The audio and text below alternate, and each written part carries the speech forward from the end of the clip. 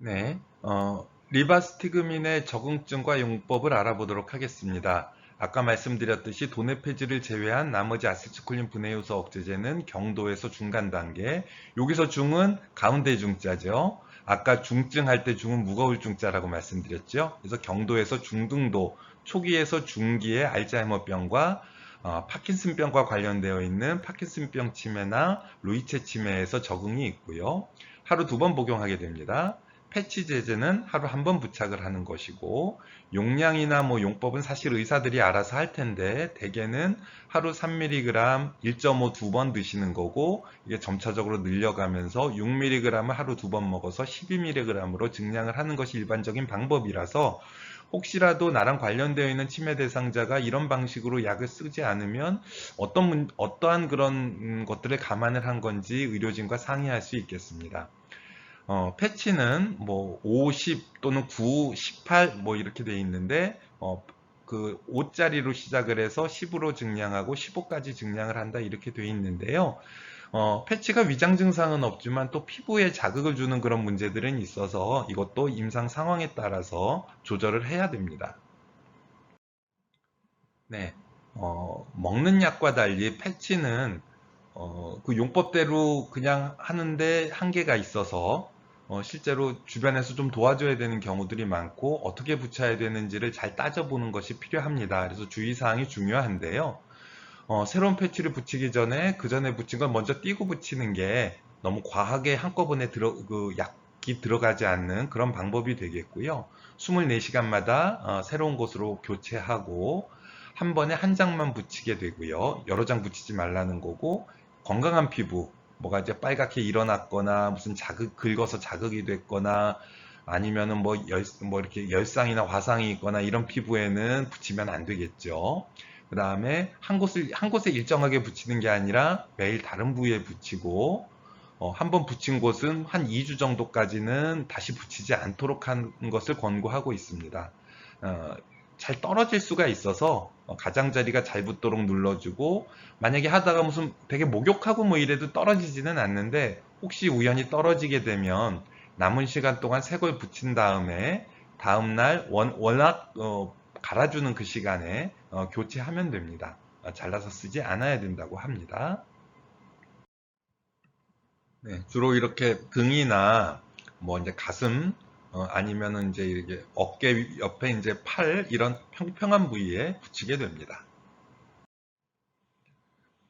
리바스티그민도 비슷한 부작용이 있고요. 구역질, 구토, 설사 이런 것들이 있을 수 있고, 이렇게 되면은 용량을 조절을 하거나 다른 약으로 바꾸거나 할 수 있겠죠. 패치의 경우에도 피부 발적이나 알레르기 반응이 나타날 수 있습니다. 거의 도네페지라고 비슷합니다. 아세틸콜린 분해 요소 억제제의 마지막으로 갈란타민이라고 하는 약이고요. 성분명은 갈란타민이고 레미닐이라는 이름으로 시판되고 있습니다. 역시 경도에서 중등도 알츠하이머병이 작용을 하고 하루 한 번 아침에 드신라고 되어 있고요. 8ml에서 시작해서 24ml까지 늘릴 수가 있습니다. 다른 특징보다도 되게 도네페질이나 리바스티그민의 부작용이 있거나 여러 가지 다른 이유로 못 드시는 경우에 쓸 수가 있겠습니다. 네, 부작용 측면에서도 거의 비슷하죠. 구역 구토, 설사, 복통, 소화불량, 체중 감소, 이런 위장 증상이나 어지러움, 두통과 같은 신경계 증상이 갈란타민을 포함한 아세틸콜린 분해 요소 억제제의 주 흔한 부작용이 되겠고요. 이러한 부작용은 대개 어느 정도 시간이 지나면서 개선이 되거나 아니면 약을 좀 변경을 해주거나 서서히 증량을 하거나 이러한 방식으로 해결 가능합니다. 네, 인지기능 개선제에는 지금까지 언급했던 아세틸콜린 분해 요소 억제제 3종과 NMDA 수용체 기량제인 메민탄 1종 해서 수총 4종이 있습니다. 이제 마지막으로 메만틴, 에빅사에 대해서 알아보면은요. 아세틸콜린 분해 요소 억제제와 작용 기전이 다르기 때문에 특성이 조금씩은 다르죠. 그래서 적응증은 중등도에서 중증, 이 중은 가운데 중자죠. 중간 단계라는 얘기고, 이 중은 무거울 중자, 심하다는 얘기입니다. 그래서 중기에서 말기라는 말을 쓰는 게 더 이해하기 쉬운데 왜 이렇게 쓰는지 모르겠지만 하여간 중등도에서 중증의 알츠하이머병에서 사용을 하고요. 하루 2번 드시는 약입니다. 이렇게 생겼는데 이게 10mg짜리거든요. 홈이 있다는 거는 초기에는 쪼개 먹으라는 얘기고요. 초기 용량 5ml에서 시작을 해서 5ml 2번 먹다가 10ml 2번 먹다가 해서 최종적으로는 20mg을 2번에 나눠서 드시게 되고요. 위장 증상은 별로 없는 걸로 돼 있죠. 그 흔한 부작용으로는 초조, 환각 뭐 이런 것들 신경계의 증상들이 더 위주고 위장 증상은 상대적으로 더 없는 것으로 그렇게 되어 있습니다.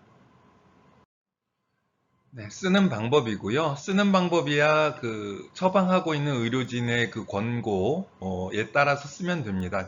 이게 뭐 그냥 가장 표준화된 방법인데 상황에 따라서 이렇게 꼭 안 가는 경우도 많으니까 꼭 내가 표를 이렇게 알고 있는데 왜 이대로 안 하지 뭐 이렇게 너무 걱정 안 하셔도 될 것 같습니다. 뭐 제 경우에는 한 번만 주는 경우도 있고요. 상황에 따라서 아니면은 뭐 5ml를 여러 번 주는 경우도 뭐 경우에 따라서는 생깁니다만 뭐 아침에 반알부터 시작을 해서 반알씩 2번, 한알 반알, 뭐 한알씩 2번, 뭐 이런 식으로 늘리는 것이 여러 가지 조사를 해본 상황에서 제일 그 안전한 방법이었다는 그런 보고가 있는 것 같습니다. 아세틸콜린 분해 요소 억제제와 달리 10% 이상 흔한 부작용은 없는 걸로, 그러니까 위장 증상이 흔했던 건데 NMDA 수용체 기량제인 메만틴의 경우에는 없는 걸로 되어 있네요. 그 외에 이제 비교적 드물지 않게 나타나는 것으로서는 초조나 공격성 불안과 같은 불안 불면, 뭐 약간의 설사 변비 같은 위장 증상도 있고 환각, 어지러움, 두통 이런 것들이 있다고 하고요. 그래서 이렇게 좀 비특이적인 신경계 증상들이 부작용으로서 보고되고 있습니다. 어떠한 질병이든 그걸 치료하는 과정에 있어서의 어떤 그 치료제의 부작용에 대한 부분은 굉장히 중요하고요. 근데 치료하고 있는 의사가 항상 환자를 살펴볼 수 있는 것은 아니기 때문에 환자와 같이 계시는 가족이나 돌봄을 제공하시는 분이나 혹은 그와 관련되어 있는 인력들이 환자의 어떤 그 부작용을 일찍 그 확인하고 치료진과 빨리 의사소통하는 것은 굉장히 중요합니다. 그래서 떠한 예기치 못하는 문제가 생겼거나 아니면은 뭔가 다른 것들을 호소한다 그러면 그게 약의 부작용인지를 확인하는 것이 필요하고요. 그렇기 때문에 어떠한 그런 문제가 언제부터 시작이 됐는지, 약을 먹은 이후부터 시작이 된 건지, 아니면은 그런 그 약을 드시기 전부터도 있었던 문제인지 이러한 것들을 정보를 주시는 게 중요합니다. 그래서 언제 시작됐는지, 얼마나 자주 나타나는지를 확인이 필요하고요. 뭐 진료진에게 오셔가지고 무조건 약부작용이다 이렇게 말씀을 하시면 사실 처방한 그 의사 입장에서는 상당히 섭섭할 수도 있거든요. 어떤 경우에는 약의 부작용일 수도 있지만 어떤 경우에는 병의 증상이 악화돼서 생기는 경우도 있기 때문에 그냥 약 때문이다. 물론 그럴 가능성도 있지만 그렇지 않은 측면도 있는지 좀 세심하게 살펴보는 게 필요하고요. 어떨 때 이런 문제들이 좀 심해지는지, 어떨 때는 조금 좀 약해지는지 이런 것들을 좀 확인해 주시면 이게 어떤 약 때문일지 아니면 약에 의한 것인지 다른 문제에 의한 것인지를 판단하는 주 근거가 될 수 있겠습니다. 인지기능 개선제를 처음 드시고 나서 혹은 5ml 먹다가 10ml처럼 늘렸을 때 구역질, 구토, 설사 같은 것들이 보이면 거의 대부분 이제 약에 의한 것일 거라고 우리는 생각을 할 수가 있겠죠. 그래서 처방한 의사와 상의하고 조금 지켜볼 수 있는 부분인지 약을 좀 줄여서 볼지 아니면 너무 심해서 아예 끊을지 아니면 다른 약으로 바꿀지 그런 것들을 판단을 해야 되겠습니다. 인지기능 개선제 이런 부작용들은 대개 일시적인 것이고 약을 끊으면 대부분 회복이 됩니다. 너무 걱정 안 하셔도 되고요. 그 다음에 어떻게 치료를 할지에 대해서 서로 상의가 필요합니다. 네, 역시 정리하자면 현재 흔히 사용하는 인지기능 개선제는 부작용이 있더라도 가볍고요. 제일 흔한 부작용은 위장 증상, 구역질, 구토, 설사 같은 것입니다. 인지기능 개선제를 처음 복용하거나 약을 늘린 후에 이러한 증상이 발생하면 처방받은 전문의와 상의하여서 중단한다, 뭐 중단하거나 조절을 해야 되겠죠. 인지기능 개선제의 부작용은 약물을 중단하고 증상이 호전된 후 계속 치료를 위해 상의를 하면 되겠습니다. 네, 지금까지 인지기능 개선제에 대해서 살펴보았습니다. 그러고 나서 이제 그 다음이 정신행동증상 치료제에 대해서 이제 진행을 할 텐데요. 한 중간쯤 온 것 같네요. 우리는 중간쯤 왔으니까 다시 한번 정리해 볼까요? 치매 환자를 대상으로 해서 쓸 수 있는 약들은 대표적으로 인지기능 개선제와 정신행동증상 치료제가 있습니다. 인지기능 개선제에는 그 작용 기전에 따라서 두 가지로 나눌 수 있는데, 하나는 아세틸콜린 분해효소 억제제이고, 그 다음에 NMDA 수용체 기량제로 이렇게 나눌 수가 있습니다. 아세틸콜린 분해효소 억제제는 세 가지 종류의 약이 있고요. 도네페질, 리바스티그민, 갈란타민이 있고요. NMDA 수용체 기량제에는 메만틴이라고 하는 약이 현재 사용되고 있는 약이고, 알츠하이머병을 포함해서 일부 파킨슨과 관련되어 있는 치매나 혈관성 치매에서 적응을 갖고 인지기능 개선을 목적으로 쓰고 있는데, 인지기능 외에도 망상이나 환각과 같은 특정 정신증상에서도 효과가 있는 것으로 그렇게 알려져 있습니다. 자, 그러면 오늘은 지금부터는 두 번째로 정신행동증상 치료제에 대해서 살펴보도록 하겠습니다. 사실 치매의 증상이 인지증상, 기억력 저하 등에만 국한되어 있다고 한다면 우리가 치매 환자를 치료하고 관리하는데 지금보다 훨씬 수월할 겁니다. 되게 치매가 굉장히 힘들고 사회적인 부담이 되는 이유 중에 가장 큰 것 중에 하나는 이 정신행동 증상 때문이죠. 어, 의심을 한다든지 과격해진다든지 배회한다든지 그래서 길을 잃거나 뭐가 헛것이 보이거나 그래서 뭔가 예측하지 못하는 행동을 보이거나 하는 것들이 우리 치매 어르신들이 계속 우리가 이제 살펴야 되고 관리해야 되는 그런 상황이어서 그 정신행동 증상을 효과적으로 치료하고 관리하는 것이 사실은 인지 증상 그 자체, 치매 증상의 그 어떤 인지 증상 보다 더 중요한 상황인 것 같습니다. 그래서 우리가 이번에는 정신행동 증상의 약물 치료를 포함한 다양한 치료 방법에 대해서 논의를 해보려고 하는데요. 그 특성을 좀 보자면 첫 번째로 치매의 정신행동 증상은 약물 치료의 반응이 좋아서 증상 조절이 어느 정도 가능하다는 것입니다. 이거는 인지 증상에선 여기에 해당되지 않죠. 기억력 저하는 이미 일어난 기억력 저하를 회복시킬 수 있는 방법은 없는 걸로 돼 있죠. 그러니까 가차없이 진행한다고 그렇게 되어 있는데 망상이나 환각과 같은 정신행동 증상은 적절한 치료를 통해서 없앨 수가 있어요. 회복할 수가 있기 때문에 그거는 어쨌든 희망적인 그런 얘기일 수 있고요. 그렇지만 모든 증상에 대해서 약을 쓰는 것은 아니라는 겁니다. 경우에 따라서 약 없이 환경을 조정해 드리거나 뭔가 안심을 시켜 드리거나 심리적인 어떤 그런 위로만 가지고도 성공적으로 치료할 수가 있다는 것인데요.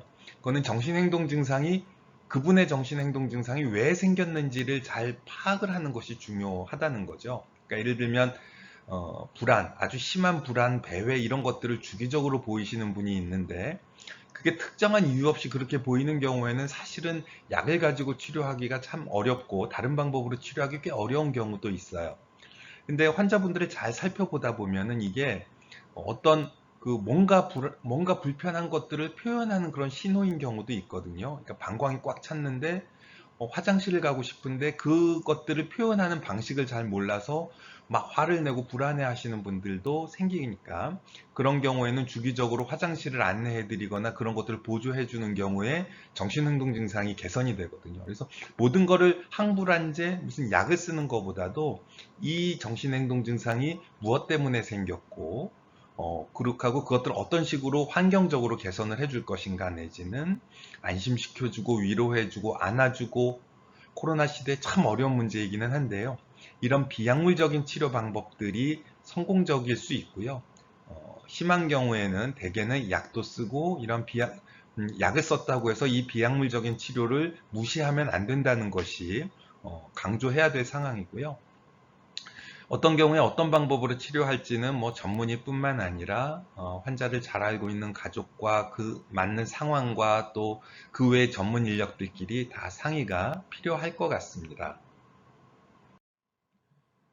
네, 정신행동 증상을 치료하는 것은 인지 증상처럼 딱 하루에 몇 번, 뭐 아세틸콜린 분해효소 억제제 초기에서 중기니까 이거 뭐 하루에 한 번, 뭐 자기 전 이렇게 간단하게 도식화할 수는 없어요. 여러 가지 다양한 상황들을 다 검토해서 판단을 해야 되는 상황이고, 그래서 훈련된 전문의에 의해서 이제 시행은 되기는 하지만 기본적인 원칙 몇 가지를 좀 들어보시면 정신행동 증상이라는 것이 특성이 어떻고 의학적으로 어떻게 관리를 해야 되겠구나라는 것들의 감을 좀 잡으실 수 있지 않을까 싶습니다. 약물치료의 원칙으로 해서 어떤 증상에 대해 약물을 사용할 것인지를 결정해야 된다라고 되어 있습니다. 정신행동 증상은요, 뭐 한 가지만 딱 있는 것보다는 여러 가지가 복합적으로 나타나는 경우가 많아요.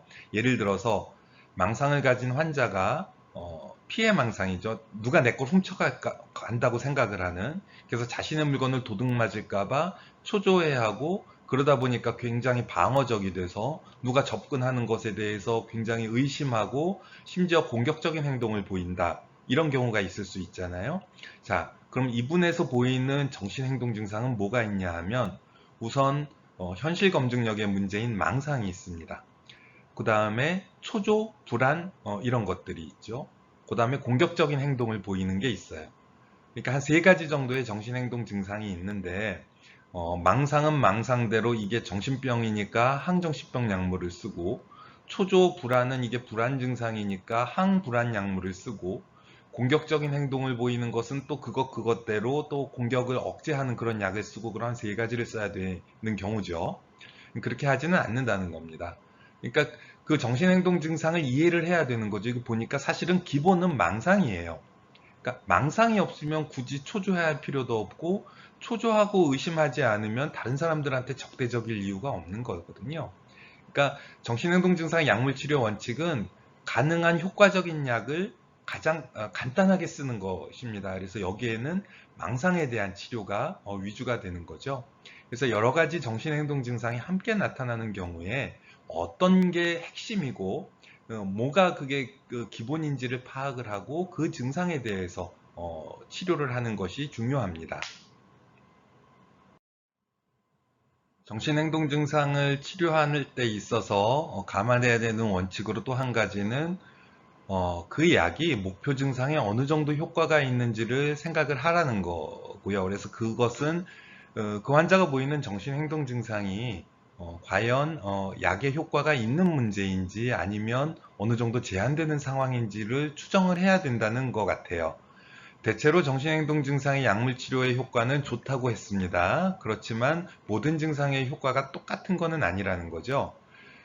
대개는 환청, 망상과 같은 그런, 이건 이제 정신병, 현실 검증력의 손상에 따른 이제 정신병 증상인데, 이러한 증상들은 되게 반응이 좋지만, 특별히 원인이 없이 방황하거나 배회하는 거에는 그렇게 효과가 좋지 않은 경우도 있어서, 그 원칙으로서 정신행동 증상이 이게 치료 반응이 어떨지를 추정을 해봐라. 어느 정도 효과가 있는지를 고려해라 하는 것이 한 가지 원칙이 되겠고, 구체적으로 어떤 약물을 어느 정도 용량으로 사용할지도 판단을 해야 됩니다. 거기에는 뭐 환자의 나이라든지 건강 상태라든지 증상의 심각성 이런 것들을 고려해서 결정을 하게 되고요. 어느 약을 쓸지, 그 다음에 어떤 종류의 용량을 쓸지 이것들은 똑같은 상황이라 하더라도 환자의 특성이나 뭐 입장이 다 다르기 때문에 상당한 경험과 고려가 필요한 그런 것입니다. 네, 정신행동 증상뿐만 아니라 이런 정신과에서 약을 쓸 때 사실은 가장 중요한 그런 약물 치료의 원칙은 효과적이되 부작용이 적은 용량을 사용한다. 뭐 다른 말로 하면 효과적이면서 가장 작은 용량을 쓴다가 되겠습니다. 그러니까 미니멀 이펙티브 도즈라고 하는데요. 또 물론 약을 많이 쓰면 그 약의 효과는 다 공통적으로 나타나겠죠. 근데 그 중에서도 내가 효과를 가지면서 가장 최소한의 약을 쓰는 것들이 좋은 기술 있는 의사인 것입니다. 그러니까 정신과 약은 무슨 뭐 항생제나 무슨 뭐 다른 약과 달리 뭐 킬로그램당 얼마, 뭐 하루에 몇 번 이렇게 정해져 있는 게 아니라 사람의 어떤 뇌의 그런 신경 전달 체계는 너무너무 다양하고 복잡해서 그 사람한테 맞는 용량은 다 다르다는 거죠. 그래서 예를 들어 수면제를 생각을 하더라도 똑같은 수면제인데 어떤 사람은 10개를 먹어도 하나도 못 자고 쌩쌩한 사람이 있는 반면에 반알만 먹어도 이틀간 자는 사람도 있거든요. 그래서 그 사람한테 맞는 효과적인 용량을 찾기 위해서는 무슨 검사를 하거나 이렇게 해서 알 수는 없고 찾아봐야 됩니다. 의사와 환자가 아주 원활한 의사소통을 통해서 그 사람한테 맞는 최소한의 용량을 찾는 작업이 굉장히 중요합니다. 설명드릴 때 그렇게 얘기를 해요. 두 가지 방법이 있습니다. 그러면 하나는 아주 조금 시작을 해서 조금씩 올리는 방법이 있고, 두 번째는 부작용이 날 정도로 굉장히 많이 써서 부작용이 없어지는 때까지 자꾸 줄여나가는 방법이 있습니다. 1번, 2번 뭐가 맞을까요? 그럼 뭐 100이면 100, 1번이 맞다고 그러죠. 실제로 그게 맞고요. 그래서 적은 용량으로 시작을 하고 효과가 나타날 때까지 서서히 약을 늘리는 것이 이 미니멈 이펙티브 도즈를 찾는 방법이 됩니다. 그래서 결국은 약의 부작용이 적으면서 그 사람별로 가장 효과적인 용량을 찾기 위한 것이고요. 특히 치매에 대한 약은 이제 노인이 많기 때문에 노인의 경우에는 여러 가지 그런 특성상 부작용에 민감하기 때문에 특별히 주의가 필요하고, 정신행동 증상은 개인별로 차이가 크고 약에 대한 반응도 개인 차이가 큽니다. 그래서 같은 용량이라도 효과가 다르게 나타날 수 있고, 반복되는 말이지만 그 사람에 따라서 가장 효과가 크고 부작용이 적은 용량을 찾아야 됩니다. 그래서 예를 들면은 뭐 의심, 피해 사고, 피해 망상이 있으신 어머님이 있어서 혹은 뭐 아버님이 어머님을 이미 바람핀다고 하는 의심을 하는 그런 정신행동 증상으로 상당히 고통스럽죠. 가족의 고통을 겪고 이렇게 모시고 어렵게 모시고 그런 분들이 또 병원에 또 잘 안 와요. 어렵게 모시고 왔는데 면담해 보더니 의사는 약을 요만큼만 줬어요. 아주 작은 약에 반알만 그런 경우들이 많은데요.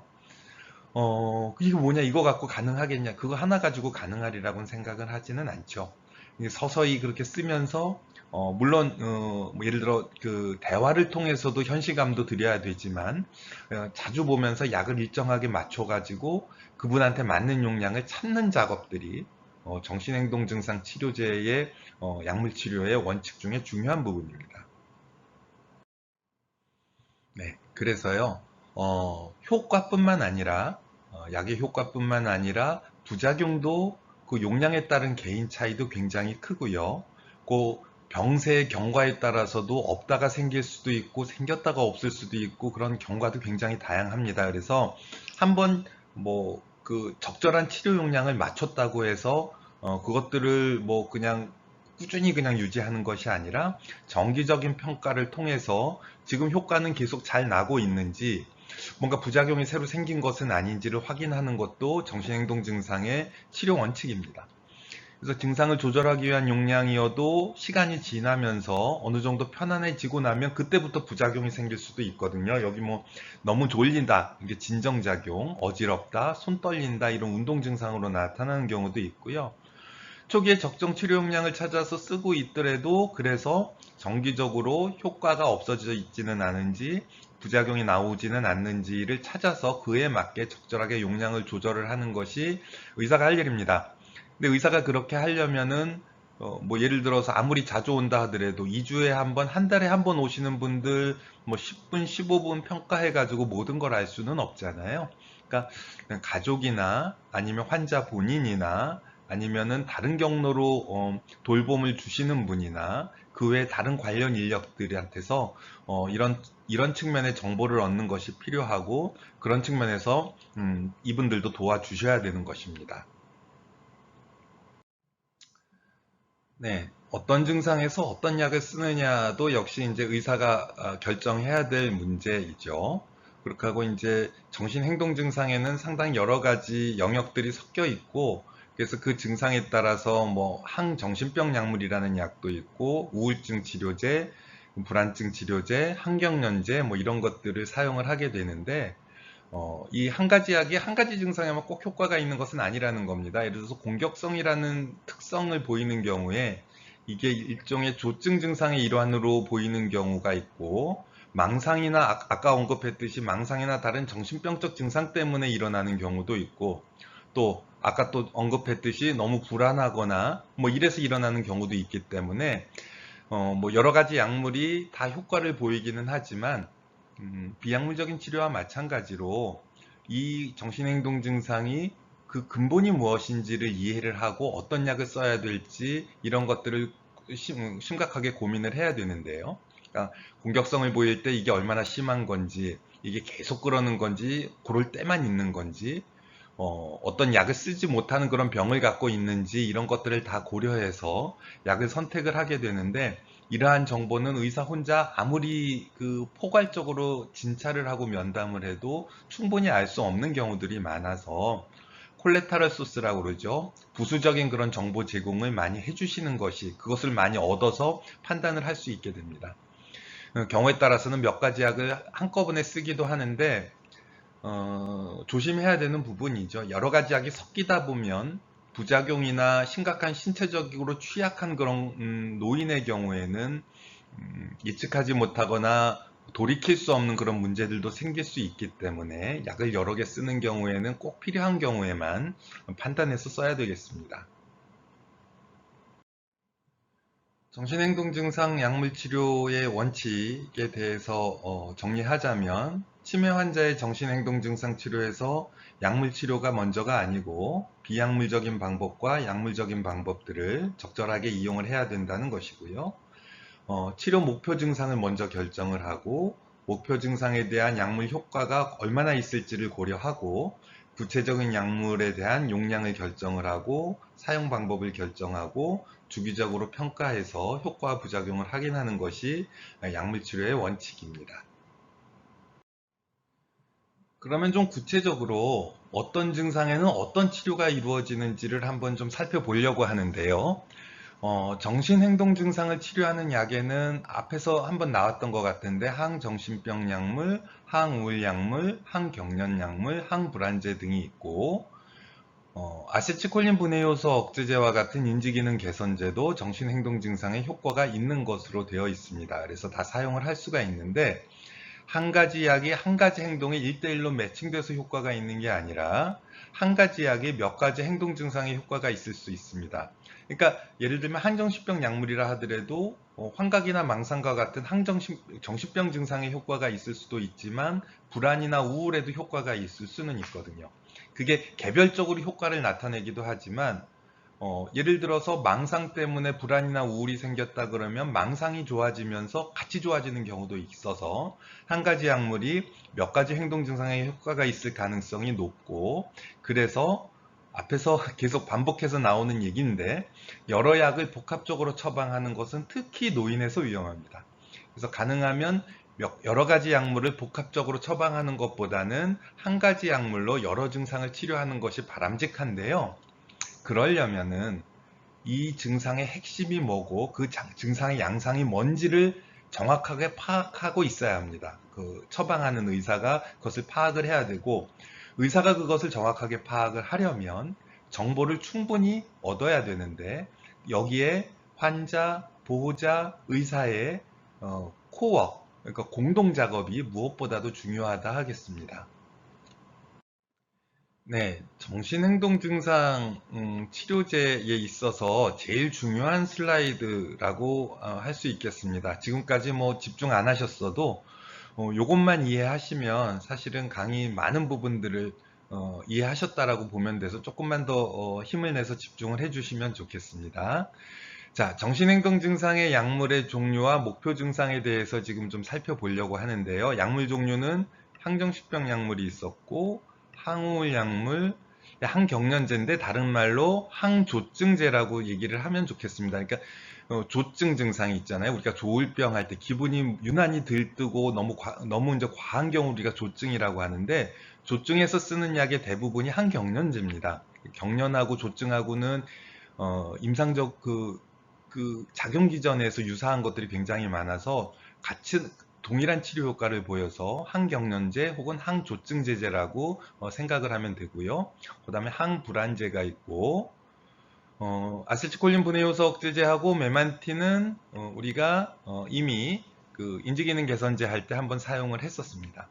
자, 그러면 이 약들이 이름은 이렇게 돼 있는데, 항정신병이니 이렇게 이름이 돼 있는데, 이 항이란 얘기는 안티, 그거에 대항한다는 뜻이죠.